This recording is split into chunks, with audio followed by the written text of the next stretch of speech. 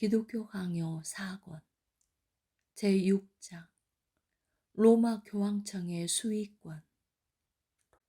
첫 번째, 로마주의자들이 자기들의 교회가 보편적이며 우주적이라고 억지를 부리면서 유일하게 중거점을 삼은 교황청의 수의권. 우리는 지금껏 고대 교회의 통치에 있어서 직제가 어떠했는지, 이후의 시대가 타락해감에 따라서 그것이 얼마나 심각하게 부패하게 되었는지, 어떻게 그것이 현재의 교황 교회 아래에서 이름뿐인 가면과 같이 남게 되었는지 고찰하였다. 그리하여 그 폐역함이 극에 달리고 있는 로마 교회와 성경의 가르침에 순수하게 서고자 했던 고대 교회와의 간극이 얼마나 현격한지를 파악하는 동시에, 로마주의자들이 우리에게 분파주의의 낙인을 찍어서 자기들의 책임을 희석시키려는 저희가 무엇인지를 헤아려 볼 기회를 경건한 독자들이 갖게 되기를 원하였다. 그러나 아직 우리는 로마 교회의 전체 직제의 최정상이자 절정, 즉 교황청의 수의권에 대해서는 논의하지 않았다. 로마 교회는 이를 통하여서 보편적 교회가 자기들의 전유물이라는 점을 증명하려고 가진 애를 다 쓴다. 그러나 이는 고대 교회가 점차 부패에 가던 어느 시점에 자리를 잡기 시작해서 갈수록 더 악화되다가 마침내 오늘날과 같은 완전한 기괴한 형태를 취하게 된 것으로서 그리스도의 제도의 기원을 두고 있지 않을 뿐만 아니라 우리가 위에서 살펴보았던 고대 교회의 관례와도 무관하다. 그럼에도 불구하고 그들은 교회가 하나가 되는 가장 주요하고 거의 유일한 고리는 로마 교황청에 단단히 붙어서 흔들림 없이 계속해서 순종을 다하는 데 있다며 세상을 유혹하려고 든다. 그들에게는 우리에게서 빼앗은 교회를 자기들의 것이라고 우기는 것이 일상적인 바, 자기들에게는 교회를 하나가 되게 하는 머리가 있으며 그 머리가 없으면 교회는 필히 나누이고 흩어지고 만다는 억지 변명을 언제나 빠뜨리지 않는다. 이것이 그들이 지탱하고 서 있는 유일한 논법이다. 교회는 그 머리인 로마 교황청에 속하여 있지 않으면 마치 손발이 잘려나가 몸과 같이 불구가 되고 만다는 것이다. 그러므로 그들은 교계 제도에 대해서 말할 때마다 교회의 머리이신 그리스도 대리인인 로마 대사제가 그리스도를 대신해서 보편교회를 다스리며 로마 교구가 다른 모든 교구에 대해서 수의권을 유지하고 있지 않으면 교회가 올바르게 조직될 수 없다는 원리로부터 항상 시작한다. 그렇기 때문에 교회의 올바른 통치에 있어서 필히 요구되는 것을 하나라도 빠뜨리지 않기 위해서는 이러한 수의권의 정체가 과연 무엇인지에 대해서도 고찰해 보아야 한다. 두 번째, 오직 그리스도 한 분께로 옮겨진 구약의 대제사장 직분. 로마주의자들은 자기들이 말하는 교계 제도, 즉 교회의 직제를 참되게 구현하기 위하여 그 가치나 권세가 다른 교구들보다 뛰어난 어느 한 교구가 전체 몸의 머리가 되어야 한다고 주장한다. 만약 하나님의 말씀과 무관한 이러한 필연성이 강요된다면 교회는 아주 사악한 법에 얽매여 허덕이게 될 것이다. 그러므로 우리의 대적들은 자기들의 주장을 앞세우기 전에 먼저 이런 식의 운영이 그리스도에 의해서 수립된 제도에 부합하는지를 돌아보아야 할 것이다. 이 사안을 다루면서 그들은 율법에 규정된 대제사장의 직분과 하나님이 예루살렘에 수립하신 최고의 법정에 대해서 언급한다. 그러나 이에 대해서 답하기는 어렵지 않다. 그들이 한 가지 답으로 만족하지 않는다면 다양한 답을 제시할 수 있다. 우선 어느 한 나라에 유익했던 것이 필히 모든 세상에 확대되어야 한다고 할 명분이 전혀 없다.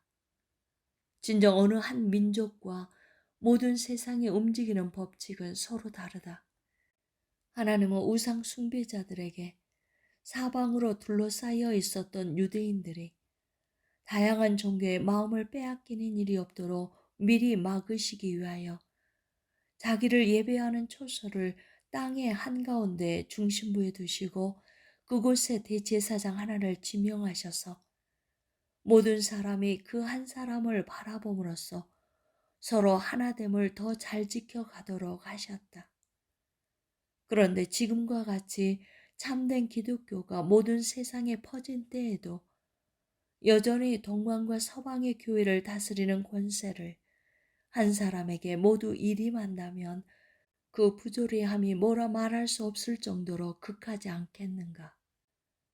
그들은 어느 한 지역의 통치자가 맡겨진 지역 전체를 다스리듯이 세상 전체도 한 통치자에 의해서 다스려져야 한다고 항변한다. 그러나 이러한 합리화는 다음과 같은 또 다른 이유로 인하여 전혀 조리에 닿지 않는다. 구약의 대제사장이 그리스도의 모형이었다는 것을 모르는 자는 아무도 없다. 이제 그 직분이 권리와 함께 옮겨졌다. 그렇다면 누구에게로 옮겨졌는가?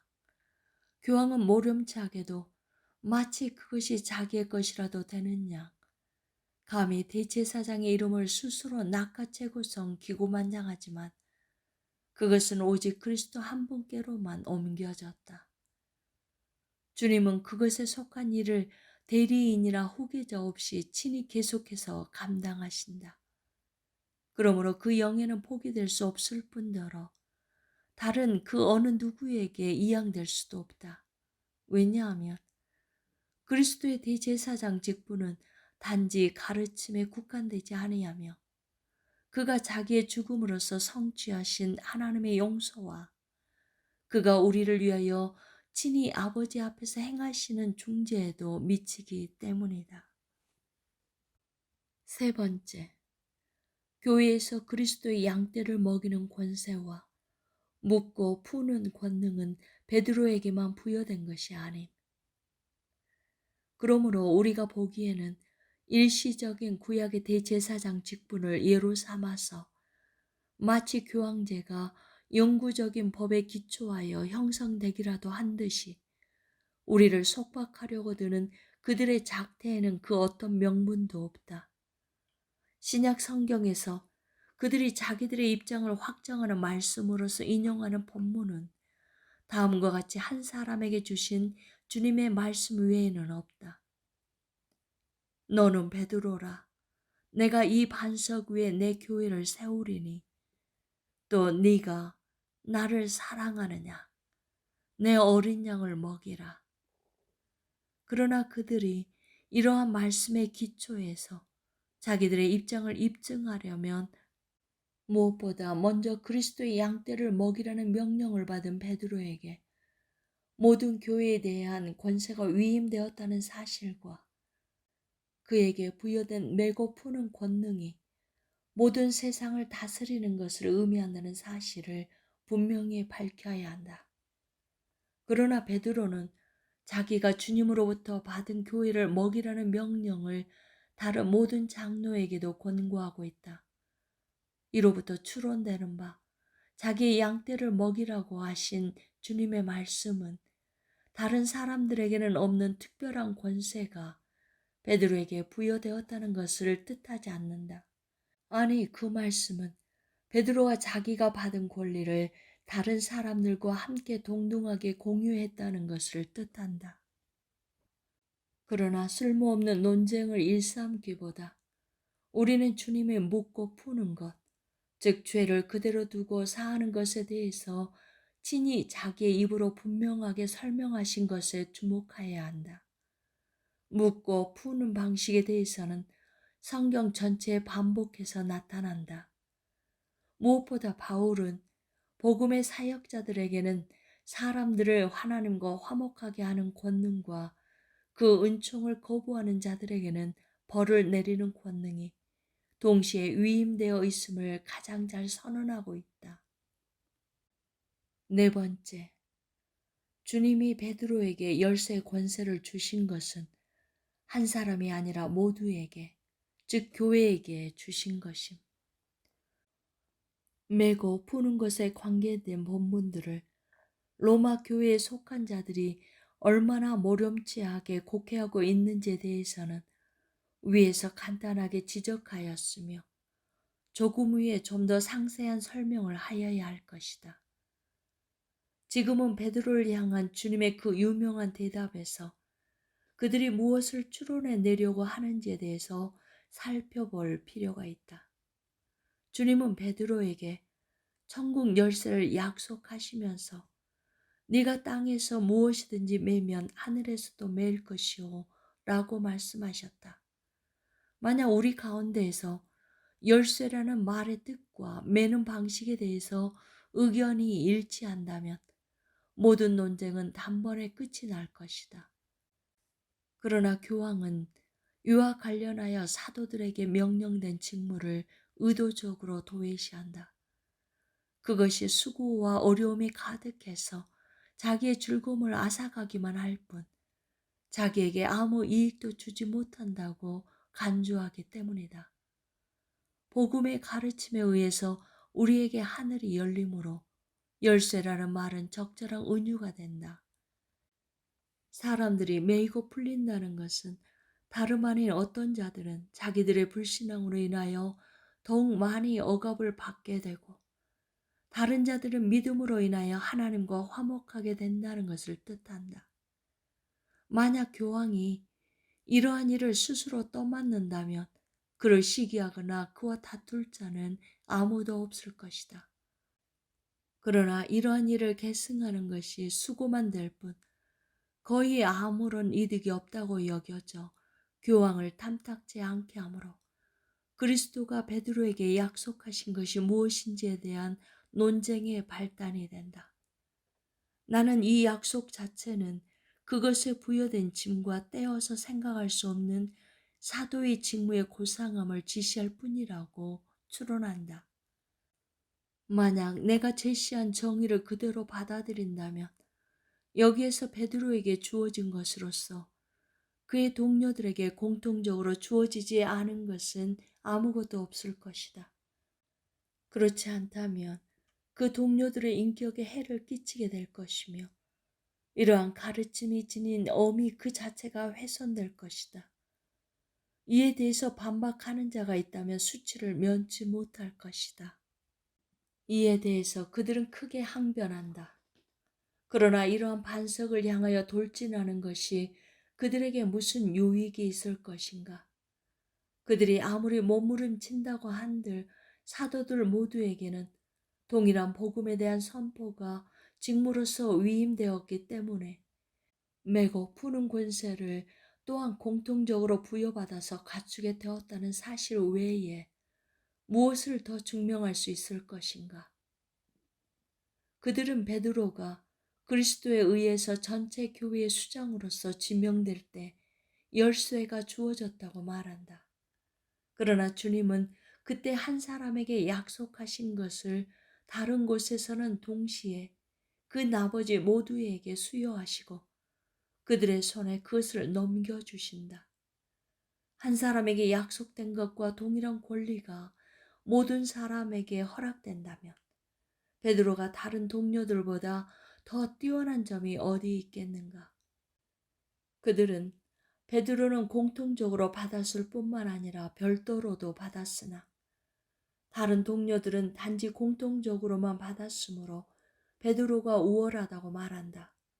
그러나 나는 키프리아누스나 아우구스티누스가 지적하듯이 그리스도가 이러한 약속을 하실 때 어느 한 사람을 나머지 사람들보다 더 낮게 여기지 않으신 것은 그들 모두에게 교회가 하나 되게 하는 일을 위탁하기 위함이셨다고 대답하고자 한다. 키프리아누스는 다음과 같이 말한다. 주님은 한 사람의 임무를 통하여서 모든 사람에게 열쇠를 주시고 그것을 모든 사람의 하나됨을 드러내는 표지로 삼으셨다. 베드로와 다름이 없이 나머지 사람들에게도 영예와 권세가 모두 할당되었다. 그들은 서로 동등한 동료들이었기 때문이다. 이런 일이 열쇠를 부여받은 사람들의 하나됨으로부터 시작됨으로써 그리스도의 교회가 하나라는 사실이 밝히 드러났다. 아우구스티누스는 다음과 같이 말한다. 교회의 비밀이 베드로에게 없었다면 내가 천국 열쇠를 너에게 주리니 라는 베드로를 향한 주님의 말씀이 없었을 것이다. 이 말씀이 베드로 단 한 사람을 위하여 주어졌다면 교회에는 그 열쇠가 존재하지 않을 것이나 베드로는 그 열쇠를 전체 교회에 대한 표로서 받았기 때문에 교회는 그 열쇠를 가지고 있다. 또한 다른 곳에서 모든 사람이 질문을 받은 후에 오직 베드로만 주는 그리스도시요 라고 대답했다. 그러자 내가 천국 열쇠를 내게 주리니 라는 말씀이 그에게 주어졌다. 그러기 때문에 마치 그에게만 메고 푸는 권세가 부여된 것처럼 보인다. 그러나 한 인물 베드로, 그가 모든 사람을 대신해서 대답했고 모든 사람과 함께 그 말씀을 받았다. 이와 같이 한 사람이 모든 사람을 대신하는 것은 모든 사람 가운데 하나됨이 있기 때문이다. 다섯 번째, 베드로에게 부여된 것은 교회를 세움에 있어서의 직제의 영예였지 권세가 아니었음. 그러나 우리는 너는 베드로라 내가 이 반석 위에 내 교회를 세우리니 라는 말씀이 다른 사람에게 주어진 것을 그 어디에서도 읽을 수가 없다. 마치 여기에서 그리스도가 바울 그리고 베드로 자신이 모든 그리스도인에 대해서 한 말과 다른 말씀을 하신 것처럼 보일 수도 있다. 바울은 그리스도께서 친히 모퉁이 돌이 되셨느니라 그의 안에서 건물마다 서로 연결하여 주 안에서 성전이 되어가고 라고 전한다. 베드로는 우리가 택하심을 입은 보배로운 돌이신 그리스도를 기초로 삼는 산돌이 됨으로써 그 유대와 결합 가운데서 우리의 하나님과 하나가 될 뿐만 아니라 우리 서로 간에 굳게 결속하여야 한다고 명령한다. 로마 교회에 속한 자들은 베드로가 특별히 자기의 그 이름을 주님께 받았으므로 다른 사람들보다 뛰어나다고 말한다. 나 역시 이견 없이 이 영예를 베드로에게 흔쾌히 돌린다. 그는 교회를 세움에 있어서 으뜸과는 역할을 한 사람들 가운데 하나이다. 아니 그들이 주장해온 바와 같이 신자들 모두 중에서 으뜸과는 자리에 있는 바로 그 한 사람이다. 그러나 그가 다른 사람에게 수익권을 가지고 있다고 그들이 추론하는 것을 허용할 수 없다. 도대체 무슨 논법에서 이러한 추론이 비롯되는가? 그가 다른 사람들에게 권세를 행사하게 된 것이 그에게 불타는 열의와 가르침과 마음의 고상함이 누구보다 월등하게 있었기 때문인가? 이런 식으로 생각한다면 서열상 안드레에게 권세를 부여하는 것이 더 그럴듯했을 것이다. 안드레가 베드로보다 먼저 그리스도를 만났으며 베드로를 그리스도께 인도했기 때문이다. 이에 대해서는 넘어가도록 하자.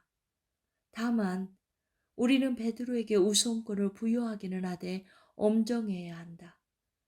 직제의 영예와 권세는 서로 간의 그 간격이 매우 크다. 우리가 보듯이 사도들은 대체로 직제의 영예를 베드로에게 돌려서 그가 모임 가운데서 나서서 말하도록 했으며 토론하고 권고하고 권면하는 데 있어서 말하자면 자기들보다 앞자리에 서도록 했다. 그러나 그에게 특별한 권세가 부여되었다는 것에 대해서는 그 무엇도 읽을 수 없다. 여섯 번째, 교회의 유일한 터는 그리스도이심. 우리는 아직 이에 대한 논쟁에 들어가지는 않았다. 당분간 우리는 그들이 헛되게도 베드로라는 이름 하나에 의지해서 그에게 통치권을 부여하고 그 위에 전체 교회를 세우려고 한다는 점을 문제 삼는 데 그치고자 한다. 처음부터 그들은 주님이 반석 위에 내 교회를 세우리니라고 말씀하셨으므로 베드로를 교회의 기초로 삼으셨다는 거짓을 일삼았다. 이러한 어리석음에 대해서는 언급할 가치조차 없다. 논쟁은 더 말할 나위도 없다. 그들은 이런 식으로 설명한 교부들이 적지 않아 있었다고 주장한다. 왜 그들은 교부들의 권위를 구실로 삼는 일까지도 마다하지 않으면서 하나님께 맞서서 모든 성경의 가르침에 배치되는 자기들의 입장을 항변하려고 드는가? 더할 나위 없이 분명하고 확실하며 그 어떤 모호함이나 불명확함도 없는 이 말씀을 놓고 그 뜻에 대해서 다투는 것이 무슨 필요가 있겠는가? 베드로는 자기 자신의 이름과 자기 형제들의 이름으로 그리스도가 하나님의 아들이시라고 고백했다. 그리스도는 이 반석 위에 자기의 교회를 세우신다. 바울이 전하듯이 그 터는 하나로서 그 무엇도 다른 터를 닦을 수 없다. 또한 여기서 나는 마치 만약 내가 교부들의 증언을 인용하여 내가 말하고 있는 것을 증명하고자 하면 그 증언들에 의해서 내가 배척을 당하기라도 하듯이 이를 빌미로 교부들의 권위를 거부하지 않는다. 그렇지만 위에서 말했듯이 이렇듯 분명한 사안을 논쟁거리로 삼아서 독자들을 무익하게 괴롭히는 일을 하려는 마음도 추워도 없다. 무엇보다 이 사안은 우리의 입장에 서 있는 사람들에 의해서 아주 오래전에 이미 충분히 다루어졌으며 상세하게 설명되었기 때문이다.